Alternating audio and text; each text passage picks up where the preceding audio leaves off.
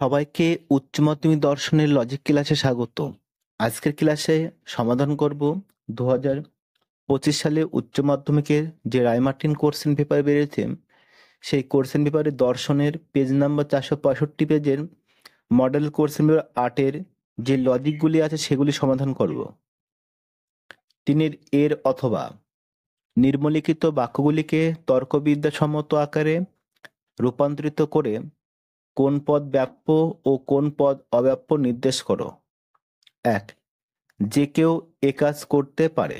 দেখো এখানে আছে যে কেউ, তাহলে যে কেউ থাকলে এ অথবা ও বচন হয়, সদার্থক হলে এ বচন, নঙার্থক হলে ও বচন, যেহেতু সদার্থক আছে এ বচন হবে।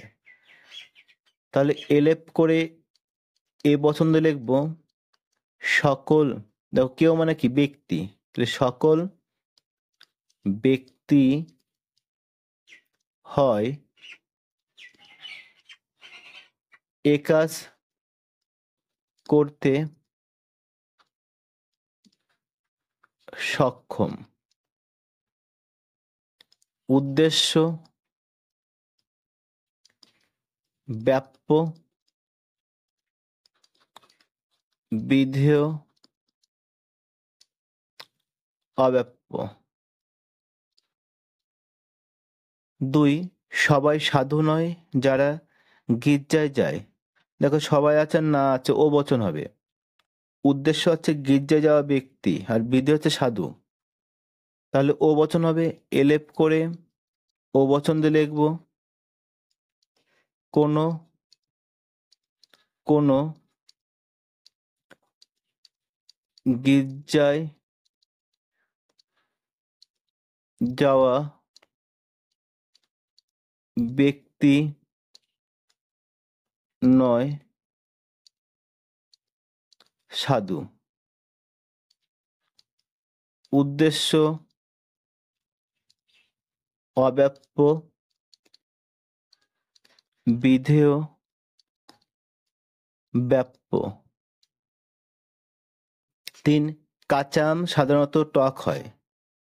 দেখো সাধারণত আছে আয় অথবা ও বচন, সদার্থক হলে আয় বচন, অনর্থক হলে ও বচন, যেহেতু সদার্থক আছে আয় বচন হবে। এলেপ করে আয় বচন দিয়ে লিখবো কোনো কোনো। উদ্দেশ্য হচ্ছে কাঁচা আম, কোনো কাঁচা আম হয় টক। উদ্দেশ্য অব্যাপ্য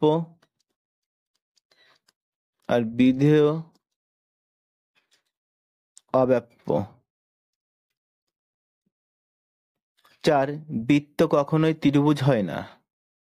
দেখো এখানে কখনো আছে আর না আছে ই বচন হবে। এলেপ করে ই বচন দিয়ে লিখবো কোনো বৃত্ত নয় ত্রিভুজ। উদ্দেশ্য ব্যাপ্য, বিধেয়, ব্যাপ্য।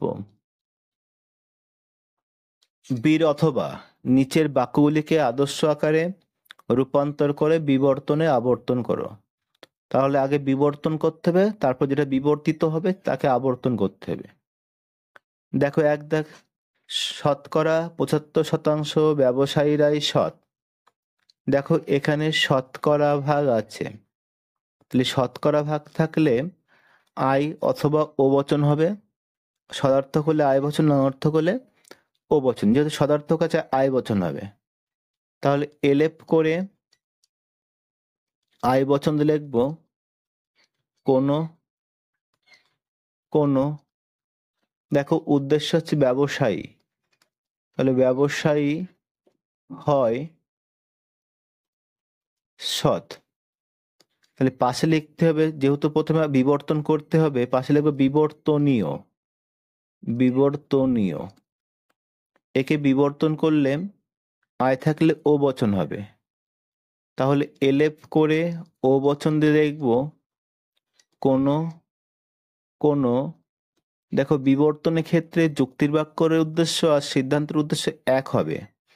তাহলে কি উদ্দেশ্য পদ এক, ব্যবসায়ী, গুণের পরিবর্তন হবে নয়, আর বিধেয় পদের আগে অ বসবে, অসৎ। পাশে লিখব বিবর্তিত। এবার যে বিবর্তিত বচনকে কি করব, আবর্তন করব। তাহলে একে আবর্তন করলে দেখো ও বচনে আবর্তন হয় না, তাহলে আমরা অতএব চিহ্ন দিয়ে লিখব ও বচনের আবর্তন সম্ভব নয়। 2, সব শিক্ষিত মানুষ ভদ্র নয়। দেখো এখানে সব আছে আর নন আছে, ও বচন হবে। তাহলে এলেপ করে ও বচন দিয়ে লিখব কোনো কোনো উদ্দেশ্যবোধক শিক্ষিত মানুষ, শিক্ষিত মানুষ নয়, ভদ্র। পাশে লিখব বিবর্তনীয়। একে বিবর্তন করলে ও থাকলে আয় বচন হবে। এলেপ করে আয় বচন দিয়ে লিখব কোনো কোনো, দেখো উদ্দেশ্য এক হবে, শিক্ষিত মানুষ, গুণের পরিবর্তন হবে হয়, অভদ্র। পাশে লিখব বিবর্তিত। একে আবর্তন করব, তাহলে আয় থাকলে আয় বচন হবে। অতএব চিহ্ন দিয়ে এলেপ করে আয় বচন দিয়ে লিখব কোনো কোনো। দেখো আবর্তনের ক্ষেত্রে উদ্দেশ্য বিধেয় স্থান পরিবর্তন করে, তাহলে অভদ্র আগে চলে আসবে। অভদ্র ব্যক্তি হয়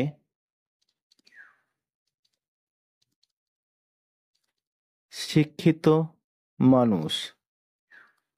পাশে লিখব আবর্তিত। 3 দাগ নিঃস্বার্থ মানুষ নেই। দেখো নেই আছে, ই বচন হবে। এলেপ করে ই বচন দিয়ে লিখব কোনো মানুষ, উদ্দেশ্য মানুষ নয়, নিঃস্বার্থ। পাশে লিখব বিবর্তনীয়। দেখো একে বিবর্তন করলে ই থাকলে এ বচন হবে, তাহলে এলেপ করে এ বচন দিয়ে লিখব সকল মানুষ, গুণের পরিবর্তন হবে, তাহলে হয় অনিঃস্বার্থ। পাশে লিখব বিবর্তিত।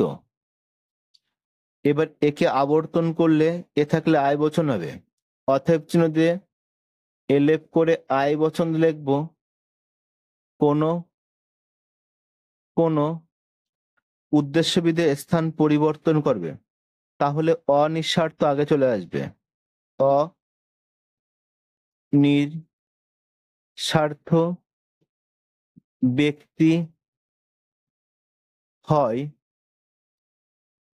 মানুষ। পাশে লিখব আবর্তিত। 4, যে কোনো বিজ্ঞানের ছাত্রই এই প্রশ্নের উত্তর দিতে পারে। দেখো যে কোনো আছে, এ অথবা ও বচন হবে। সদার্থক হলে এ বচন, অনর্থক হলে ও বচন। যেহেতু সদার্থক আছে এ বচন হবে, তাহলে এলেপ করে এ বচন দিয়ে লিখব সকল বিজ্ঞানের ছাত্র হয় এই প্রশ্নের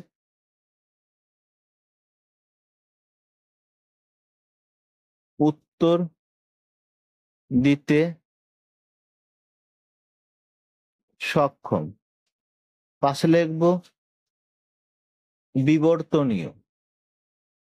একে বিবর্তন করলে এ থাকলে ই বচন হবে, তাহলে এলেপ করে ই বচন দিয়ে লিখবো কোনো বিবর্তনের উদ্দেশ্য পদ এক হবে, তাহলে বিজ্ঞানের ছাত্র নয় এই প্রশ্নের উত্তর দিতে বিধেয় পদের আগে অ লিখবো, তাহলে অসক্ষম। অসক্ষম। পাশে লিখবো বিবর্তিত। একে আবর্তন করলে ই থাকলে ই বচন হবে, তাহলে অতএব চিহ্ন দিয়ে এলেপ করে ই বচন দিয়ে লিখবো কোনো উদ্দেশ্যভেদে স্থান পরিবর্তন করবে, তাহলে কোনো এই প্রশ্নের উত্তর দিতে অসক্ষম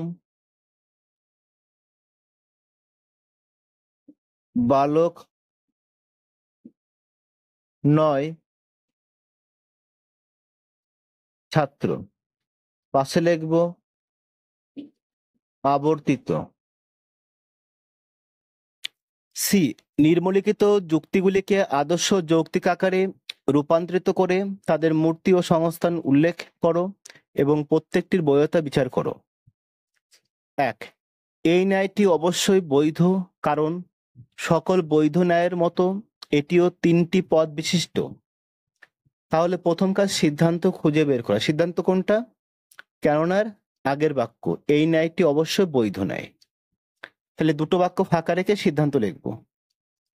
অতএব চিহ্ন দিয়ে এলেপ করে এ বচন হবে। এই ন্যায়টি হয় বৈধ ন্যায়। দেখো দুটো পদ পেয়েছি, একটা পক্ষপদ পেলাম, এই ন্যায়টাতে পক্ষপদ এস, আর সাধ্যপদ পেলাম বৈধ ন্যায় পি। এবার খুঁজবো এই ন্যায়টি আর কোন বাক্যে আছে, তাহলে সেই বাক্য অপধান আশ্রয় বাক্য হবে। দেখো বলতে সকল বৈধ ন্যায়ের মতো এটিও 3টি পদ বিশিষ্ট, তার মানে কি বৈধ ন্যায় 3টি পদ বিশিষ্ট, আবার এই ন্যায়টিও 3টি পদ বিশিষ্ট। তাহলে অপদান আশ্রয় বাক্য হবে, এ বচন হবে। এই ন্যায়টি হয় 3টি পদ বিশিষ্ট, আর প্রধান আশ্রয় বাক্য হবে এই বচন, যে সকল বৈধ ন্যায় 3টি পদ বিশিষ্ট। এবার চিহ্নিত করব। এই ন্যায়টি আছে পক্ষপদ এস, বৈধ ন্যায় সাধ্যপদ পি, আর 3টি পদ বিশিষ্ট হেতুপদ এম। এবার পরপর আমরা নিয়ম অনুসরণ করব। নিয়ম মানলে বৈধ হবে, না মানলে অবৈধ। তাহলে প্রথম নিয়ম দেখবো, দুটি আশ্রয় বাক্য নঅর্থক বচন হবে না। দেখো নঅর্থক বচন হয়নি, নিয়ম মেনেছে। 2 নম্বর নিয়ম দেখো যে দুটি আশ্রয় বাক্য বিশেষ বচন হবে না। দেখো বিশেষ বচন হয়নি, নিয়ম মেনেছে। 3 নম্বর নিয়ম দেখো যে প্রত্যেক নয় 3টি পদ থাকবে। দেখো 3টি পদই আছে, না হলে M1 M2 হতো, P1 P2 হতো, S1 S2 হতো। 4 নম্বর নিয়ম দেখো হেতুপদকে দুটি আশ্রয় বাক্যে অন্তত একবার ব্যাপ্য হতে হবে। দেখো এ বচনের উদ্দেশ্যে ব্যাপ্য হয়, বিধেয় অব্যাপ্য। এ বচনের উদ্দেশ্যে ব্যাপ্য, বিধেয় অব্যাপ্য। এ বচনের উদ্দেশ্যে ব্যাপ্য, বিধেয় অব্যাপ্য। দেখো হেতুপদ 3টি পদ বিশিষ্ট, দেখো একবারও ব্যাপ্য হয়নি, তাহলে নিয়ম লঙ্ঘন করেছে, তাহলে এটা অবৈধ এবং অব্যাপ্য হেতু দোষ। তাহলে আমাদের মূর্তি আর সংস্থান আঁকতে হবে। তাহলে আমরা মূর্তি আঁকবো। মূর্তি, তাহলে মূর্তি হবে এ এ এ, এটা মূর্তি। এবার সংস্থান আঁকবো, এটা প্রধান আশ্রয় বাক্য, এটা অপ্রধান আশ্রয় বাক্য। দেখো প্রধান আশ্রয় বাক্যে প্রথমে পি এম আছে, তাহলে পি এম লিখবো। অপ্রধান আশ্রয় বাক্যে আছে এস এম, এস আর এম, এম এম এর যোগ করব। কোন সংস্থান? দ্বিতীয় সংস্থান। তাহলে এবার পয়েন্ট করব হচ্ছে দোষ বলে পয়েন্ট। দেখো কি দোষ হয়েছে, এটা অবৈধ হয়েছে, অবৈধ এবং অব্যাপ্য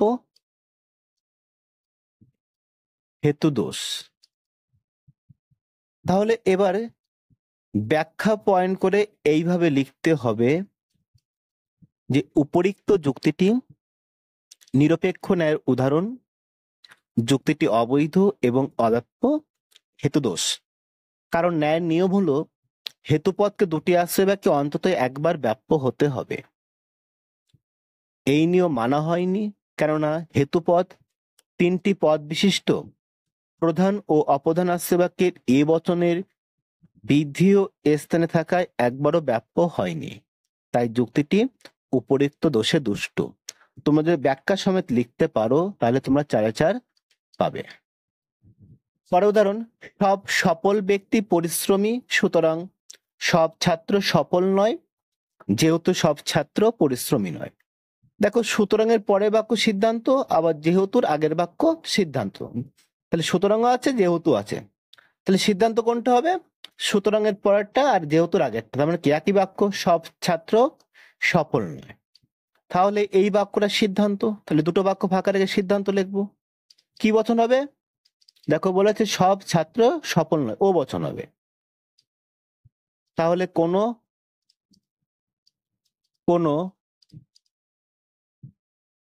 ছাত্র নয় সফল। দেখো দুটো পদ পেয়েছি, একটা পেলাম পক্ষপদ, পেলাম ছাত্র, আর সাধ্যপদ পেলাম সফল। এবার খুঁজবো এই ছাত্র অর্থাৎ পক্ষপদ আর কোন বাক্যে আছে। দেখো বলেছে সব ছাত্র পরিশ্রমী নয়, তাহলে এই যে বাক্যটা অপ্রধান আশ্রয় বাক্য হবে, কি বচন হবে? ও বচন। এলেপ করে ও বচন দিয়ে লিখবো যে কোনো ছাত্র নয় পরিশ্রমী। দেখো বাকি আছে সব সফল ব্যক্তি পরিশ্রমী, তাহলে এই বাক্যটা প্রধান আশ্রয় বাক্য হবে। কি বচন হবে? এ বচন। যে সকল সফল ব্যক্তি হয় পরিশ্রমী। তাহলে এখানেও ব্যক্তি লিখবো, সফলের পাশে ব্যক্তি লিখে নাও। তাহলে এবার কাজ চিহ্নিত করা। ছাত্র পক্ষপদ এস, সফল ব্যক্তি সাধ্যপদ পি, পরিশ্রমী এম হেতুপদ। এবার পরপর নিয়ম অনুসরণ করব। প্রথম নিয়ম দেখবো দুটি আশ্রয় বাক্য নঙর্থক বচন হবে না। দেখো নঙর্থক বচন হয়নি, নিয়ম মেনেছে। 2 নম্বর নিয়ম দেখবো দুটি আশ্রয় বাক্য বিশেষ বচন হবে না। দেখো বিশেষ বচন হয়নি, নিয়ম মেনেছে। 3 নম্বর নিয়ম দেখবো যে প্রত্যেক কিনায় 3টি পদ থাকবে। দেখো 3টি পদই আছে, না হলে M1 M2 হতো, P1 P2 হতো, S1 S2 হতো। 4 নম্বর নিয়ম দেখো যে হেতুপদকে দুটি আশ্রয় বাক্যে অন্তত একবার ব্যাপ্য হতে হবে। দেখো এ বচনের উদ্দেশ্য ব্যাপ্য হয়, বিধেয় অব্যাপ্য। ও বচনের উদ্দেশ্য অব্যাপ্য, বিধেয় ব্যাপ্য। ও বচনের উদ্দেশ্য অব্যাপ্য, বিধেয় ব্যাপ্য। তাহলে দেখো হেতুপদ পরিশ্রমী অপ্রধান আশ্রয় বাক্যে ব্যাপ্য হয়েছে, তাহলে নিয়ম মেনেছে। 5 নম্বর নিয়ম দেখবো যে পদ আশ্রয় বাক্যে ব্যাপ্য হয়নি সেই পদ সিদ্ধান্তে ব্যাপ্য হবে না। দেখো পক্ষপদ 2 জায়গায় অব্যাপ্য হয়েছে, নিয়ম মেনেছে। সাধ্যপদ দেখো 2 জায়গায় ব্যাপ্য হয়েছে, নিয়ম মেনেছে। তাহলে এই 5টা নিয়ম মানলে যুক্তিটি বৈধ হবে। তাহলে এই যুক্তিটা হচ্ছে বৈধ যুক্তি। তাহলে মূর্তি আঁকতে হবে, মূর্তি। তাহলে মূর্তি বলে পয়েন্ট। তাহলে মূর্তি কি হবে? মূর্তি হবে 3টে বচন এ ও ও। সংস্থান আঁকবো, এটা প্রধান আশ্রয় বাক্য, এটা অপ্রধানাশ্রয় বাক্য। দেখো প্রধানাশ্রয় বাক্যে প্রথমে পি আর এম আছে, তাহলে পি আর এম। অপ্রধানাশ্রয় বাক্যে আছে S M, S M. M M এ যোগ করবো কোন সংস্থান? দ্বিতীয় সংস্থান। এবার পয়েন্ট করব দোষ। দেখো দোষ হচ্ছে নেই, দোষ নেই। ব্যাখ্যা পয়েন্ট করে তোমরা এইভাবে লিখবে যে উপরিক্ত যুক্তিটি নিরপেক্ষ ন্যায়ের উদাহরণ। যুক্তিটি বৈধ কারণ ন্যায়ের সকল নিয়ম মানা হয়েছে। এটি দ্বিতীয় সংস্থানে বৈধ মূর্তি। তাহলে বৈধ মূর্তির নাম কি হবে? দেখো মূর্তি যদি এ ও ও হয় তাহলে বৈধ মূর্তির নাম হবে বারাকো, বিএ আর ও সিও, বারাকো। তাহলে তোমরা এইভাবে ব্যাখ্যা সমেত লিখতে পারলে তোমরা 4 4 পাবে। ক্লাসটি ভালো লাগলে লাইক করো, তোমাদের বন্ধুদের শেয়ার করো, আর যারা আমার এই চ্যানেলে নতুন তারা অবশ্যই চ্যানেলটিকে সাবস্ক্রাইব করো। আবার দেখা হবে পরের ক্লাসে। সে পর্যন্ত সবাই ভালো ও সুস্থ থেকো।